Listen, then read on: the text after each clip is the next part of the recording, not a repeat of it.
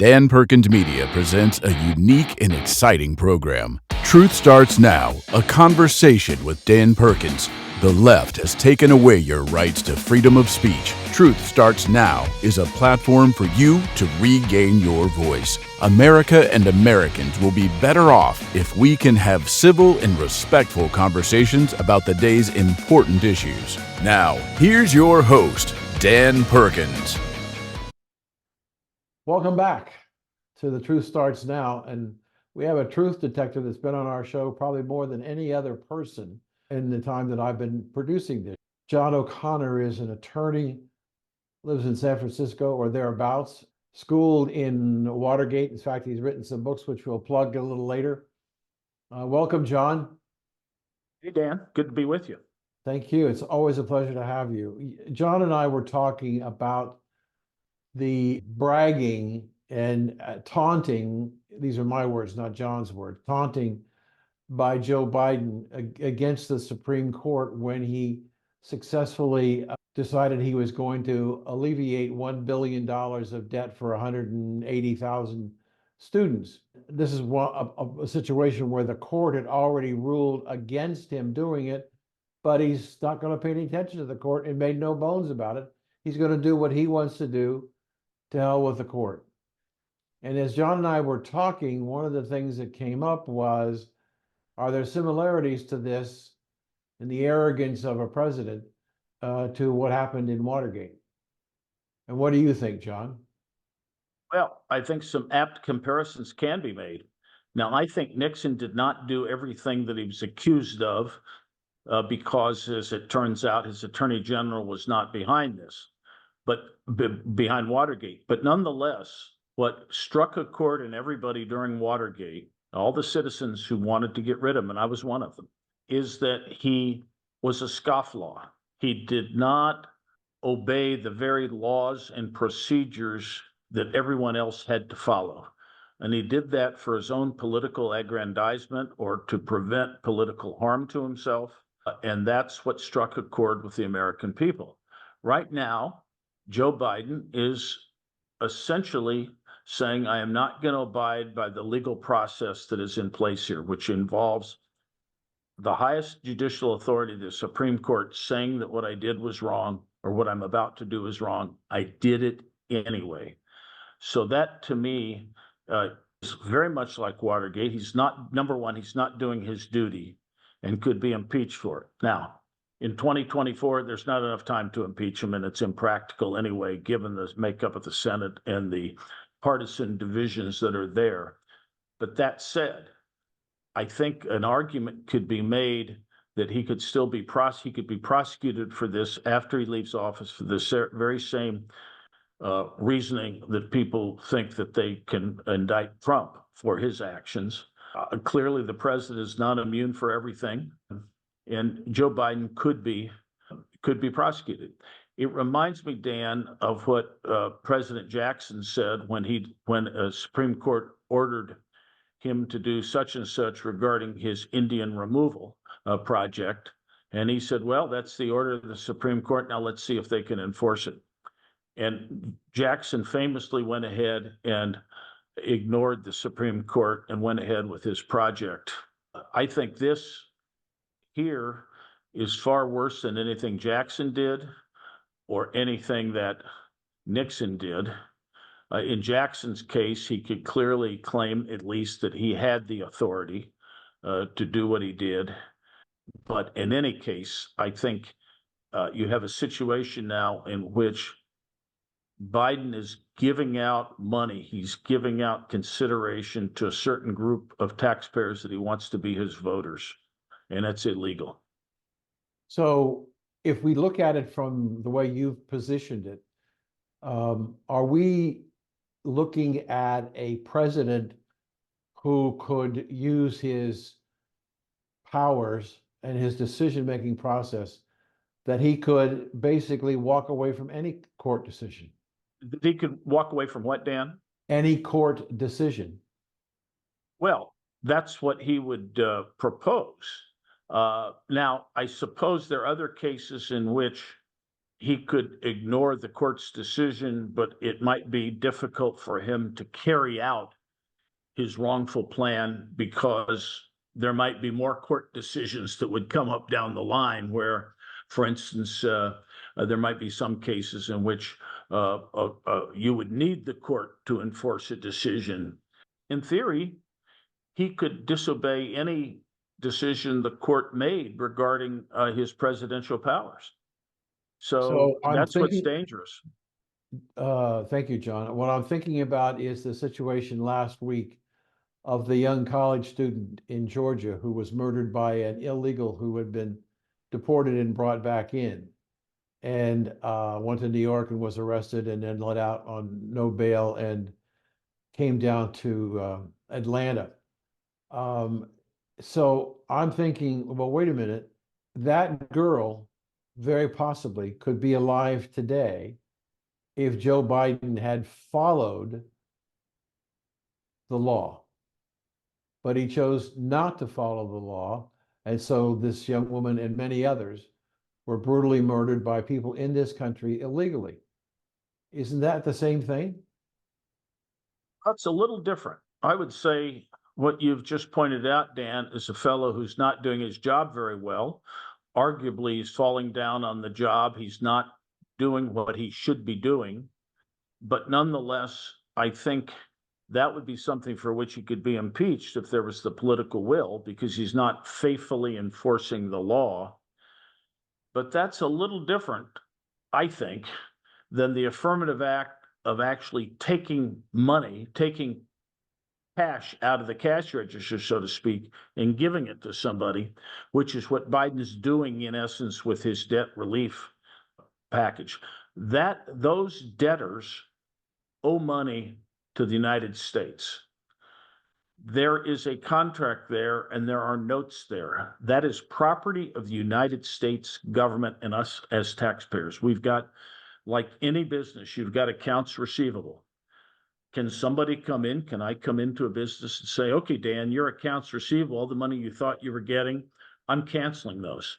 No, I'm just taking your property if I've done that. If I take them up and tear up your notes and so forth and tell the debtors that they don't need to pay Dan anymore, I've just taken your property from you, haven't I? Haven't I destroyed property? Now, why isn't that true with Biden? These are lawful contracts, the United States government, and he's abrogating those contracts. So, and he has no power to do that, by the way. He has no power to abrogate a contract. But in this case, it's a contract to the United States government. So he's giving away our money. So that's a lot different than being a lousy enforcer of the border, for which I think he could get impeached. But I'm not so sure that's a criminal act as much as it is just being a bad president. Do you think it's possible that the parents of that young woman and the one who was killed in California and many others can you sue the federal government for dereliction of duty? You can, and I spent a good deal of my life defending what we call federal tort claims. And I'd have to think about this one because this sort of begins getting into the idea of discretionary decisions by decision makers. I think there's a possibility, there's a way that you could possibly fashion a lawsuit that a court might go along with. If you could do it the right way, I think it would be an uphill fight. There might be a way to do it and claim that this is a federal tort claim. For example, if Biden don't clear the ice on this federal property, I want you to do something else, and you went out and you slipped and fell and hurt your back, clearly you could sue for that. That's negligence in the performance of a duty, sort of I would call it a mandatory duty. It's a little bit different. Or if there's malpractice at a government hospital, you can sue the government for that. I think probably this looks like a discretionary decision of an administrator, in this case, Biden's administrators. And I think we were pretty successful in getting those cases dismissed. There might be a court out there that would take this. I would like to see it myself. But then I think the fear is, how many times do people die because of stupid decisions by the government, including, for instance, you know, in any kind of robberies or what have you. Think about all the people that are getting killed in our inner cities right now because of lax law enforcement. So I think courts would say maybe this is going a bridge too far. But if I look at the number of people under the Biden administration who have been killed because the government has let fentanyl across the southern border and didn't interdict it. Now we have people losing their lives, hundreds of thousands of people losing their lives based on a federal government decision, and more specifically, based on a policy established by the President of the United States. Well, I would say that's probably not going to fly in a court, because it is, like you say, it's a policy of the United States. And if it's within his power, and it's just a poor one, it's a poor one. But I don't think that would be make the government liable in tort for that. If you're a doctor at the local naval hospital and you overdose a patient on fentanyl negligently, that could be the basis for a suit, because it's not the policy of the United States government to overdose people on fentanyl. Right. So I think there's a distinction there. Okay, so we get about 2 minutes. So given the situation, there's not enough time to indict him for impeachment. So the committees in the House who are studying whether or not he broke the law and is impeachable, would they do the same thing that the Democrats did with Trump after he left office? The impeachment, yes, you could. I think it would be a silly gesture, and especially given the fact that he's going to be acquitted anyway, it would be I just look at it from a question of whether or not it's practical. And I don't think it's politically practical, because we would make Biden kind of a hero himself for, there'd be a reaction probably against that. It would look political. So I'm just looking at the optics of it. Is it just? Is it fair? I would say yes, it's just, it's fair to do that. But I hope, let me put it this way, the best remedy here is just to vote the guy out of office, rather than trying to get 2/3 of the Senate to convict him. I'll never figure this out. How do you impeach somebody who's no longer in office? Doesn't make sense, because the whole idea of impeachment is really removal from office. If you've removed yourself, or the voters have removed you, what's the big deal? That's why I think that Trump impeachment was so silly, but it's just really more of a formalistic thing. So I suppose you could say, well, we're impeaching you, we're convicting you, and that conviction goes back in time. So you are deemed unfit for office as of the time you committed acts 1 or 2 in our indictment. It's formalistic. That's the problem with it. It's merely formalistic. It doesn't really achieve its true purpose of removing a malefactor from office. We're going to take a break here, and we'll be back with John O'Connor. John, before we go, where can people find your books? Postgatebook.com. Postgatebook.com. I've got 2 books on there. Postgate and also The Mysteries of Watergate will tell you everything that's not been reported about Watergate, and about how the Washington Post did not report the truth. We'll be right back after these messages. I'm Dan Perkins, the author of a new historical romance novel called Sad Eyes. It is a story of a young woman, a beautiful Irish lass with red hair, green eyes, and curves that won't quit. She is born in 1912 in Waterloo, Iowa. She decides she wants to be an ER nurse, but she wants to move away from Waterloo to the excitement of the big city. She is accepted at St. James School of Nursing in Chicago and began a life as a true American patriot, serving her country in 2 wars. She fell in love with the love of her life. She takes the longest honeymoon in history. This novel is full of twists and turns and is difficult to put down. You can find Sad Eyes at Amazon.com, BarnesandNoble.com, and jcarrollpublishing.com. or through your local bookstore. Get it, read it, tell people about it, and write a review on Amazon. This is Dan Perkins. Welcome back to The Truth Starts Now, and we're speaking to John O'Connor, who's a longtime participant in this program and a good advisor for me, keeps me out of trouble. We're going to do something that we did several months ago when we did a show. We're going to look at the 4 cases, and I'm going to give you my judicial opinion, and then John can give us the facts. So let's start with Florida. I think that the release of the report by the special prosecutor indicating that Joe Biden, when he was vice president, was in control in his garage and other places of classified information that he wasn't allowed to have because he was vice president, and he still had them. And they came and they found them. I'm assuming that they took them, but he had them in a place where he could drive his car up to it. There was no special security, and he's cooperating. And the prosecutor said that even though he's guilty of holding classified information, he's not going to prosecute him because of his age and his infirmity. That course, they can't do one and not do the other. When the president of the United States, holding documents that he had in his possession, who he may have or may not, I don't know for sure how much of it was declassified by him, he complied with the extra lock on the door.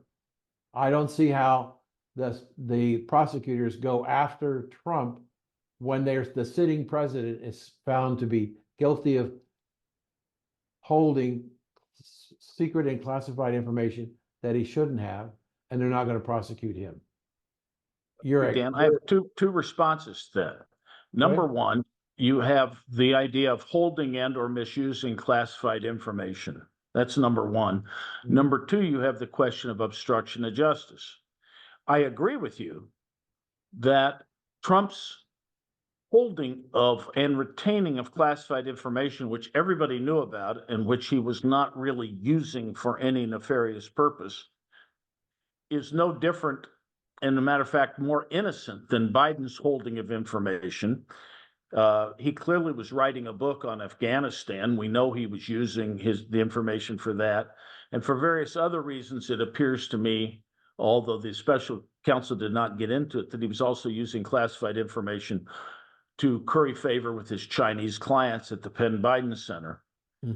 But in any case, let's put that aside. Let's accept your argument that the mere retention of classified documents should not be a crime. I agree with that, and he's being charged with 30-some counts of misusing or holding classified information in Florida.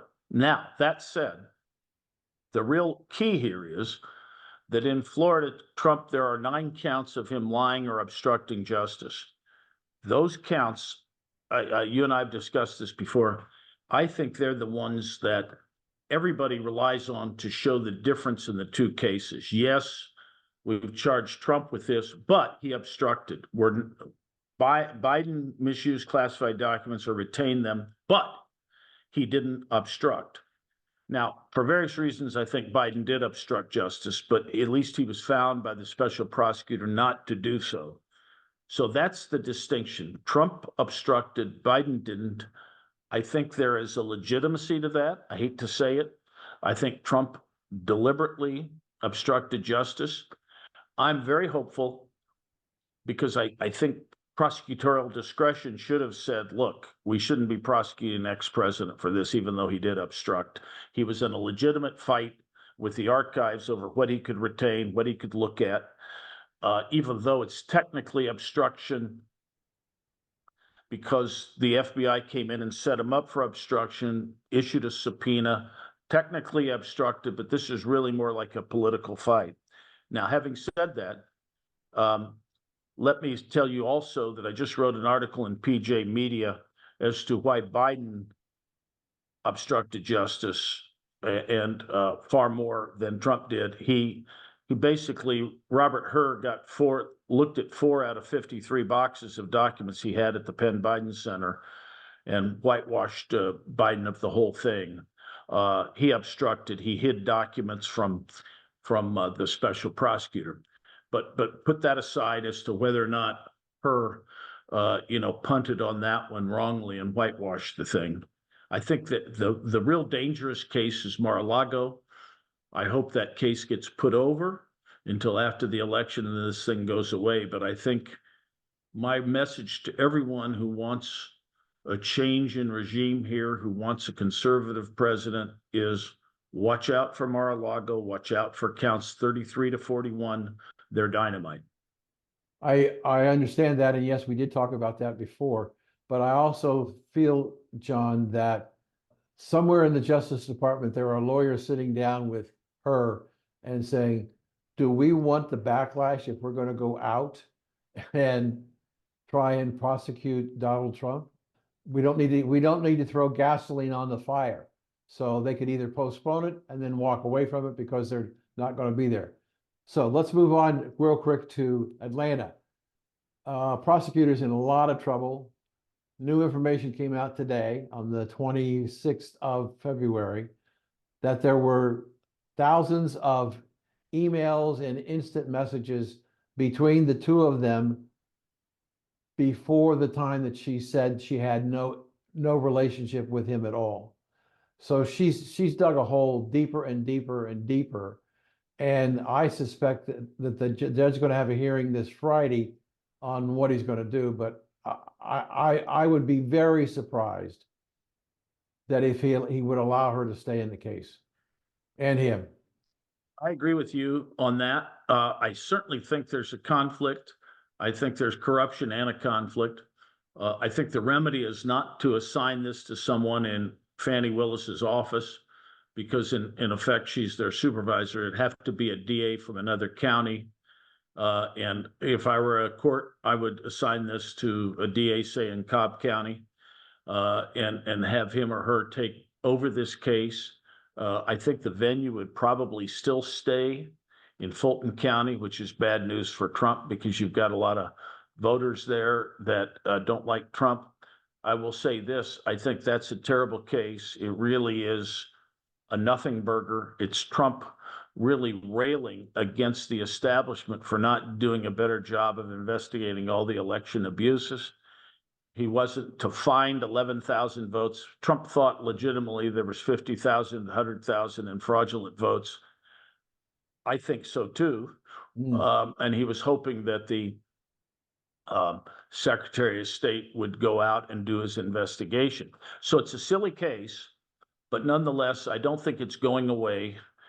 I hope for Trump's best interest, the best interest for Trump would be for it to be tried in another county with a more neutral jury, and he would have a good chance of walking on that. I don't think he's going to walk in Fulton County.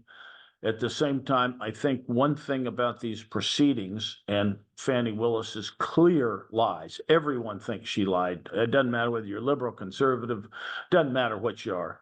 You know she's lying. So that will take away some of the force if Trump gets convicted there. It will make it look like he's clearly a victim there. So I don't think a conviction there is going to hurt him. That's to his benefit. So let's go to Washington, D.C. Looked to be a lock, and now the judge has taken it off the docket and has not given any indication as to when or if she's ever going to put it back on.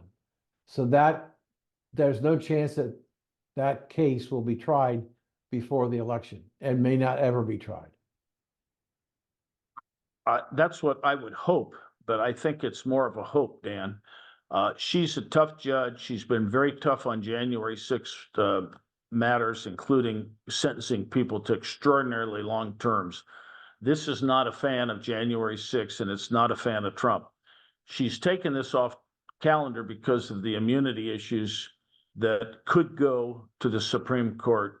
If the Supreme Court accepts certiorari, which means they would hear the case, if they accept a hearing, that's essentially going to put this case in orbit.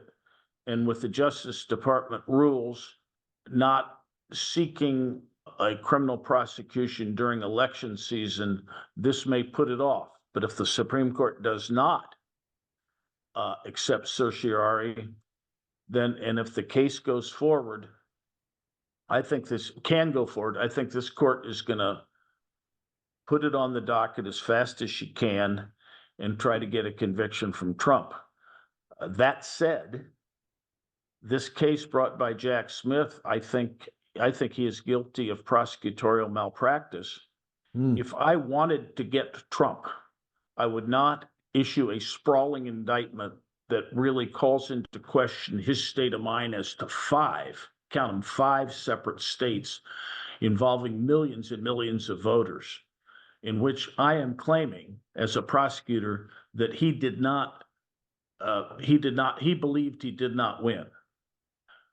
No one who really understands Trump would say that he didn't believe in his heart of hearts that he'd win all those elections. But she has to prove that, or the prosecutor has to prove it. I'm sorry. And Trump has the defense for the first time of being able to show why he thought he won. Thought is important because that goes to criminal intent. Does he have a guilty mind? Did he think he was defrauding anybody? And the answer is, I say no. Now, you say that, you're going to get a jury here with 90% Trump voters that are very politically active, as we've seen from the trials before that were brought by Horowitz, the Horowitz group, through a special prosecutor from Connecticut, John, now I'm blanking, is it John Durham or whatever? But Yes, in any case, that's another bad jury. So I'm afraid of that one. Now, if the Supreme Court takes cert, that decision is not going to come out until July, I would say. And so then, is there enough time to get this thing on track? I don't think so. So it leaves us with New York City, a case where nobody was injured, nobody was defrauded, all the bills were paid, and they want to charge Trump with $350 million in fines. I need you to help me figure out where I might be wrong here. It seems to me that the Attorney General, when the case first came to the judge, she had stipulated a $250 million fine. And as the judge was taking testimony over the weeks, she raised it to 350. On what basis? She can do it anytime she wants, any amount she wants. Here's what I would say to you, Dan, on this one. Everyone has been portraying this as a fine or a penalty. It, in essence, is a fine or a penalty, but it's not clothed in that intellectual garb. It is, technically speaking, damages, which is different than a fine or a penalty. By the way, if this were a fine or a penalty, it would be unconstitutional under the Supreme Court decisions. Under the Eighth Amendment, prohibits excessive fines or penalties. However, oddly enough, it's not a fine or a penalty. It's an assessment of damage under the statute. The statute here does not allow a fine or a penalty. It does allow for damages or restitution. But the fact is, here's the real key here. Under the law of damages in the state of New York and in practically every other state, broad damages are out-of-pocket damages. If the loan was not repaid, that's out-of-pocket damages. If the loan is repaid, there are no out-of-pocket damages. So there are no out-of-pocket damages, and the $355 million should get thrown out. Now, is it okay for her to raise the damages from $250 to $350? Yes, if she has some way of doing that. It might be interest. It might be referring to the testimony of this so-called expert she put on. The expert said, gee, if Trump would have told the truth, these lenders would have put more onerous terms on Trump, and Trump would have had to pay more in points and in interest. That's the basis for this made-up damages. Those are not out-of-pocket damages, by the way. Her whole theory is off. The judge doesn't know anything about anything. So I agree. The damages could go up just by interest. If interest is accruing at 10%, that can be something where he's decided, well, the damage expert calculated damages as of 2018 when we brought this. There's been 10% interest on that since then. It's $350. It's all made up anyway. But I suppose there might be a basis if you accept the premise originally of the damage expert. It's a silly case. It's not a criminal case. That's a civil case. Now, one of the cases we've forgotten about, Dan, is the criminal case in New York, which is about Trump filing supposedly a false business record. That is to say, hiding the hush money payment to Stormy Daniels. For various reasons, that's a very, very weak case, very weak, because the prosecution has to prove, A, that Trump's responsible for the false statement in the record, mischaracterizing the payment to Stormy Daniels. That's number one. It's not clear that he had any knowledge of how that was described in the ledger. But number two, under the New York law, that misstatement has to be for the purpose of hiding another crime. There was no other crime that he was hiding. Alvin Bragg has to make up crimes that he was hiding. That's a weak case. That's so weak that he has a good chance of an acquittal, even in New York, and he has a good chance of that one getting overturned. The other case in New York, some of the lawyers, pundits, are talking about the $350 million and $80,000 a day in interest are punitive, and that the court, on the appeal, the court will throw it all out. What do you think? Well, if you look at it as a fine or penalty, in other words, the court could say, look, these are not damages. To the extent there's a fine or penalty issued, it falls squarely within the case of Tim v. Indiana that Justice Ginsburg decided in 2018, saying that the Eighth Amendment to the Constitution does not permit excessive fines or penalties. You have to look at the harm done and weigh it against the fine or penalty. In this case, there's such a disproportion that if this is a fine or penalty, it's unconstitutional. I agree with that. I think it's defective because it's not a criminal case. They shouldn't be issuing a fine, number one. And number two, to the extent there are damages, there are no damages.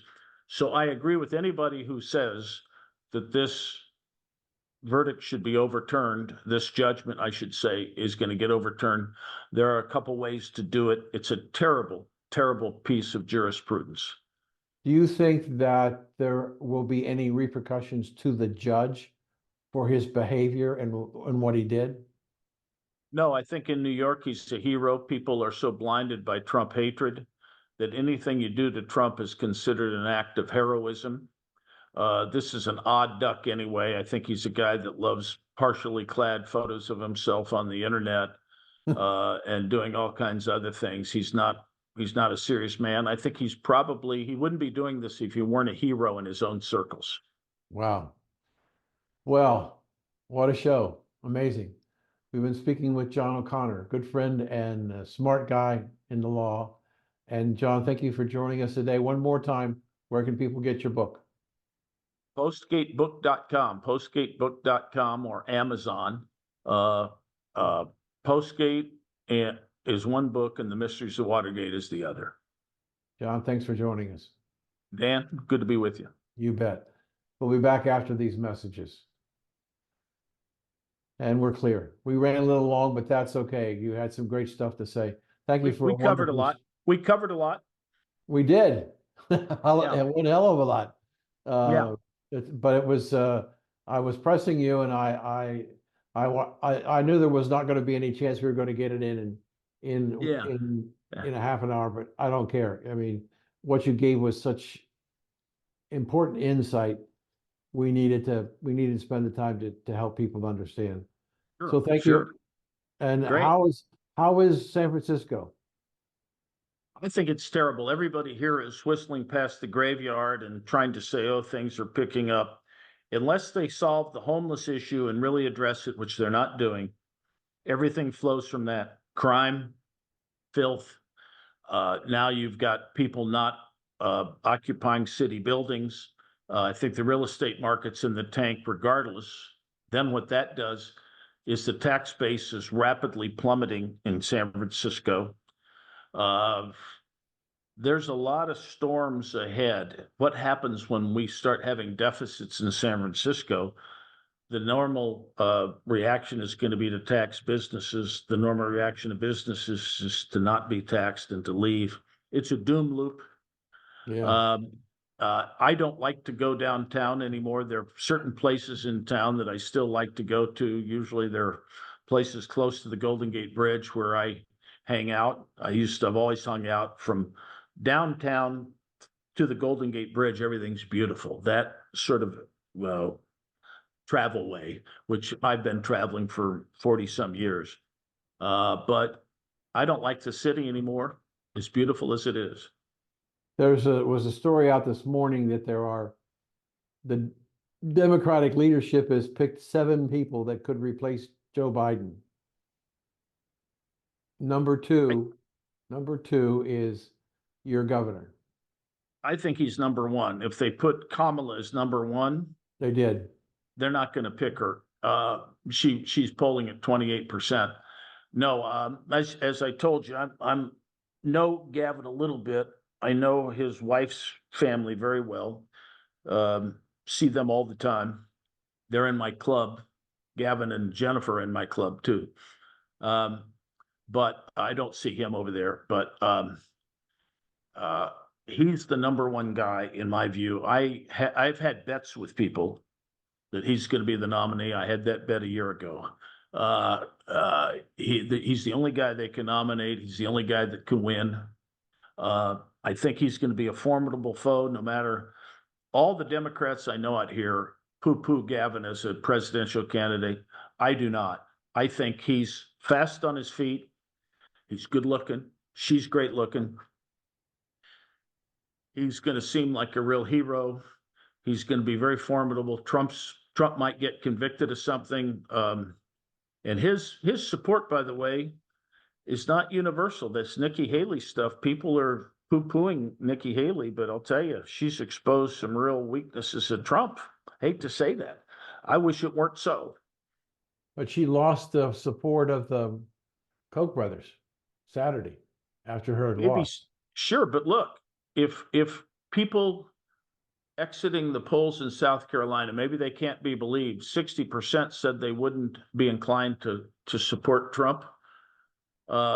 If that number is only 20%, these are people that are voting in a conservative state for conservative people. And if he loses even conservative support, that's bad. He's, I think, New Hampshire, everybody acts like he's killing everybody. She got 43% in New Hampshire. Now, some of those are Democrats or independents. Oh, yeah. But he's got to win Democrats and independents. And I'm afraid that Newsom comes along, he's going to look like nice, clean, shiny brand X. You know what he is? He's the second wife.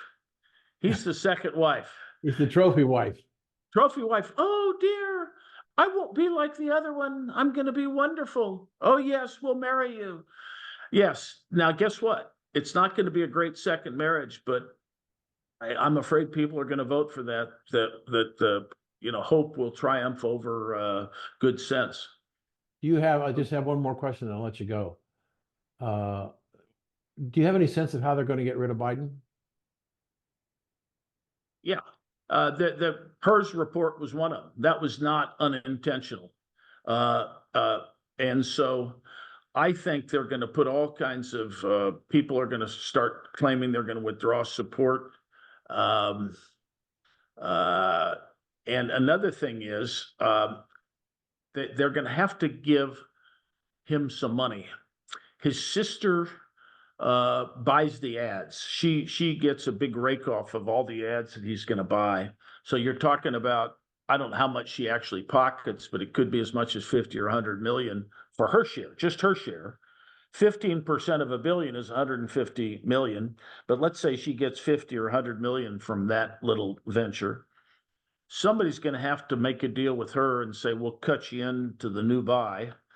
I think there are probably talks going on right now about how to get her some dough. But, I don't know where the other pressure points are. That's a reason for Biden not to cave in. Is he Burr going, has are they taken, going to wait to do it before the convention, after the convention, at the convention? What are they going to do? oh, they'll do it before the convention, but at some point, Biden's gonna say, you know something? I'm just not feeling well right now. I'm just not doing well. I've just taken a step back. I've decided that I can't do this for the good of the country. And they can make up something like he's just now determined. So his doctors just told him he's had some bad tests, and he, for the good of the country, he's such a great guy. He's going to step down. Newsom's done everything he can to kiss his butt, and so he's the guy. Kamala. They won't But even get close if to. he steps down before the end of his term, Kamala's president, Well, he won't step down. He's just going to say not going to run for reelection. he's not going to run for. He's going to pull a Lyndon Johnson, Okay. and then what that does is the beautiful thing here is if he steps aside in favor of Gavin, Kamala can't be on the ticket because of the Constitution. Right. Okay, because you can't. So it's a good way of getting rid of a dead weight there. Then he'll have to make his move to get somebody that's acceptable to the right demographics. But I think it's going to happen. I think it's in the works. I think there's not a day passes. There hasn't been a day passed in the last half year that this hasn't been a big subject of discussion. There are a lot of piggies that have their paws into a lot of goodies. And so you find people still on Sunday TV saying, oh, Joe Biden's the greatest thing in the world. But there are an awful lot of people that are saying, we got to get rid of this guy. So I think you're right. They're going to get rid of him. Like you say, how? He's been very resistant. So her report was just one pressure point. I'm not sure other things that they're going to do to him, but they're going to try to embarrass him as much as possible. I thought I watched that whole thing with her and the press conference that he did. I think it was the worst press conference he did since he's been president. The mistakes that he made, one right after, I mean, he couldn't remember that Hamas was fighting Israel. A reporter in the audience had to tell him who it was. Here's the problem, Dan. Here's the problem. I want conservatives to talk about what a good guy Joe Biden is. I want Sean Hannity to lay off him. My daughter and I feel the same way. We sit around every night and say, keep Biden on his feet. Keep Biden on his feet. This is the guy you're pummeling. He's in the corner, getting his brains beat out, and you're going to let a new fighter in the ring. I would love to see the guy hang on. My real fear is that he's not going to hang on. And I think so. Be careful what you wish for. Everybody I know, you think every conservative I know talks about Biden. They want to get rid of Biden, get rid of Biden, get rid of Biden. Biden is the easiest person to beat. He's the easiest guy out there. Can you imagine him trying to debate anybody? And he doesn't have a COVID anymore to stay in the cellar. Now, meanwhile, Newsom is damn good on his feet. He's full of crap, but boy, is he good. He'll have an answer for everything. He'll tell you up is down and black is white. The guy was good. Look at this, what he did with DeSantis and without a friendly moderator in Sean Hannity. And the guy looked great. Now, I'm sitting there saying, okay, now that answer's wrong. That answer's wrong. But most voters don't know that. They say that's a great looking guy. I'm kind of a Democratic type of leaning person. I like what he says. Okay, this is cool. Oh, he's a business guy. He runs the world's seventh largest economy. Yeah, it's going in the tank, but he runs the world's seventh largest economy. This guy's going to be our president. I hate to say it. I mean, here I am. I'm between you and me, and don't repeat this. I'm responsible for getting him into our tennis club. Have I told you that story? Oh no, don't. This is cone of silence. The admissions committee, and I'm friends with his in-laws. Admissions committee rejected him, and I thought they had done it illegally under the California Corporations Code, and I insisted on a vote of the board, and the board voted, and they reluctantly, and they ended up admitting him. So there was a little controversy. Don't go anywhere with this. This is just very, very, but my point is, I've done the guy a favor. I've done the family was very happy that I did it. I got him in the club. It wasn't embarrassed. It was avoided embarrassment to him. But my point is, I'd hate to see the guy as president, and I think his father-in-law realizes he would be a terrible president. He's the guy that DeSantis talked about. His father-in-law gave a lot of money to DeSantis. DeSantis didn't say that, but he gave to a DeSantis PAC. I think he gave $1 million. So, as much as I'd like to see a guy in my tennis club be president of the United States, and a guy that, and with the family I know, I think it'd be a terrible, terrible thing. I think just be a terrible thing. Worse than Biden? Worse than What? Biden? Worse than Biden? Yes, in the sense that he would actually be effective. He'd be more effective than Biden, and he would be lured by the siren song of progressivism. He's shown no signs of moderating his stances on these things. He's thoroughly believes in all this nonsense. He's actually as if you were to meet him, you'd say he's a hail fellow, well met, decent guy. He's a dyslexic, which he readily admits to. I think his ability, though, to therefore critically think, to read serious texts and say, like Bill Clinton, who's a bright guy and realized there were two sides to every story. This is not Gavin Newsom. He doesn't have that brain power. I think Jerry Brown did not think he had brain power. I think Jerry Brown looked at him as being a lightweight. And he is, but he's a very attractive guy. He does do his homework in the sense of getting ready for things. So he comes prepared, but he just, it's a mile wide and an inch deep. And but he's got a snappy answer for everything. He's going to introduce progressive policies or keep them up. This country's going over a cliff. And if I had to bet on anything, I'd say it's going to continue going over the cliff. That's why, frankly, even though I like Trump better than Nikki Haley, I'd kind of been rooting, at least before I was rooting for DeSantis or Haley or anybody, because I think Trump's got such electoral weaknesses that nobody who is sold on Trump recognizes those. We're all whistling by the graveyard. Especially if he gets convicted, he's really toast. But I think he's got serious, serious problems in the middle of the electorate. Even in the Republican Party, he's got problems. There's a lot of, he's stirred up a lot of enemies. He's not added, he's subtracted from his base. His followers will die for him. That's too, and I love the guy. I mean, my daughter and I listen to him. He's entertaining. You laugh. Everything he says, I like. I'm just saying, hey, are you going to win? Yeah. That's my real problem. I want somebody to win. Look, if Dan Perkins were running for president tomorrow, you would have a better chance of winning than Donald Trump. I hate to say that. Wow. Okay. We'll talk again before the convention. Okay. Well, listen, Dan, I hope I haven't been a bummer here for you saying No, this you stuff. did everything I was looking for. Thank you so much for your Okay, man. Take care. time. Take care. I hope I don't sound like I'm a defeatist here. No. I have my problems with what's going on. I'm afraid we're going to lose this election. Okay. Thank you, sir. All right. See you, man. Bye.